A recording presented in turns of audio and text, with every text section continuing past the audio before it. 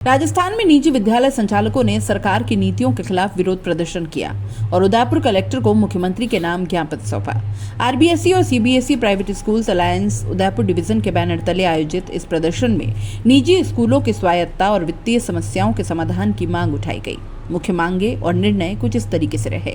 RTE के अंतर्गत private स्कूलों को पूर्व प्राथमिक कक्षाओं जिसमें PP3, PP4, PP5 का भुगतान नहीं दिया जा रहा।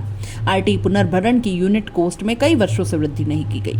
मांगों पर विचार न करने तक नवीन सत्र आरटीई यानी राइट टू एजुकेशन के तहत प्रवेश नहीं देने का निर्णय लिया गया। प्रेस वार्ता लेक सिटी प्रेस क्लब में आयोजित की गई, जिसमें Jitesh Shrimali, doctor Dilip Singh Yadav, doctor Upendra Rawal, CP Rawal, Girish Joshi, अनुभव गौड़, कुशल रावल, कपिल शर्मा सहित कई निजी स्कूल प्रतिनिधियों ने भाग लिया। उन्होंने चेतावनी दी कि यदि सरकार शीघ्र निर्णय नहीं लेती है तो विद्यालय संचालन को स्थगित कर दिया जाएगा और विरोध प्रदर्शन तेज किया जाएगा। यह मामला शिक्षा क्षेत्र से जुड़े लाखों छात्रों और अभिभावकों को प्रभावित कर सकता है। सरकार की प्रतिक्रिया और आगे की कार्यवाही पर नजर रखना महत्वपूर्ण होगा। मैं जितेश श्रीमाली, यहाँ उदयपुर में 3 तरह के संगठन स्कूलों की पैरवी करते हैं। Private school directors management association, school शिक्षा परिवार और सहोदय सीबीएसई स्कूल का।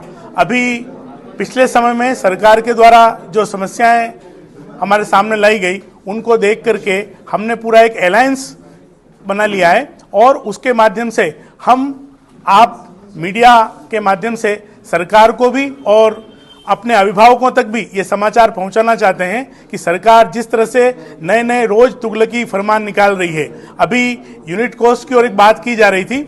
सबसे जो महत्वपूर्ण बात है, सरकार ने पुस्तकें हमको देने के लिए कहा, चाहे वो हैं भले ही 202 रुपए, लेकिन उसमें पेज डालने के लिए भी सरकार ने एक नई व्यवस्था बना दी कि 202 रुपए भी जो हैं वो अभिभावकों को दिए जाएंगे, जबकि पिछले सत्र की पुस्तकें हम अपने अभिभावकों को, बच्चों को उपलब्ध करा चुके हैं। सीधा सीधा उन रुपयों को भी उनसे जो यूनिट कॉस्ट है उससे कम किया जा रहा है। इस प्रकार के सरकार द्वारा हमारी स्वायत्तता पर जो नए नए प्रश्न लगाए जा रहे हैं उसको लेकर के अभी इस अलायंस के माध्यम से हमने निर्णय किया है कि हम आरटीई के PP3 जो एंट्री क्लास है उस एंट्री क्लास में प्रवेश नहीं देंगे जब तक सरकार इस बात को नहीं मान लेती है कि हम PP3, PP4, PP5 की कक्षाओं का भुगतान करेंगे। धन्यवाद। मैं डॉक्टर उपेंद्र रावल। हमारी अलायंस ने डिसीजन किया और कल इसकी बहुत बड़ी मीटिंग हुई जहां पर 300 स्कूल आए थे।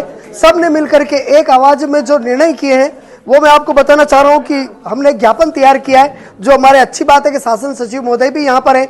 जिला कलेक्टर के माध्यम से हम ये ज्ञापन उन्हें सौंपने भी जा रहे हैं, जिसके अंतर्गत ये है कि एक आरटीई के जो एंट्री लेवल है उस एंट्री लेवल क्लास जो 2 बना रखी है उन 2 को कोई एक करे और जो नर्सरी केजी प्रेप जो पैसा नहीं दिया जा रहा है उसके ऊपर तुरंत डिसीजन ले और उसका पैसा देने की मंशा बनाए। दूसरा, इसके अंदर यूनिट कॉस्ट जो लंबे समय से नहीं बढ़ाई गई है वह बढ़ाए। ये विद्यालयों के लिए बहुत परेशानी इसके लिए आ रही है। निरंतर एक ही यूनिट कॉस्ट पर पेमेंट किया जा रहा है और साथ ही 5वीं बोर्ड का जो है बोर्ड के नाम से बोर्ड की रसीद नहीं काटी जा रही है, बल्कि ये डाइट के विकास शुल्क के नाम से काटी जा रही है। यानी परीक्षा का नाम है और उसके विकास के नाम से पैसा लिया जा रहा है, जो कि कहीं ना कहीं एक बहुत ही गलत है। इस विसंगति को दूर करनी चाहिए और इन्हीं सब बातों को लेकर के आज हमने ज्ञापन तैयार किया और आज आपको तकलीफ देनी पड़ी। आपके माध्यम से हम ये बात पूरे जन जन तक और पूरे राजस्थान में पहुंचाना चाहते हैं। उम्मीद है इसमें सभी सहयोग मिलेगा। धन्यवाद। एक चीज और है। नमस्कार, मैं दिलीप सिंह यादव।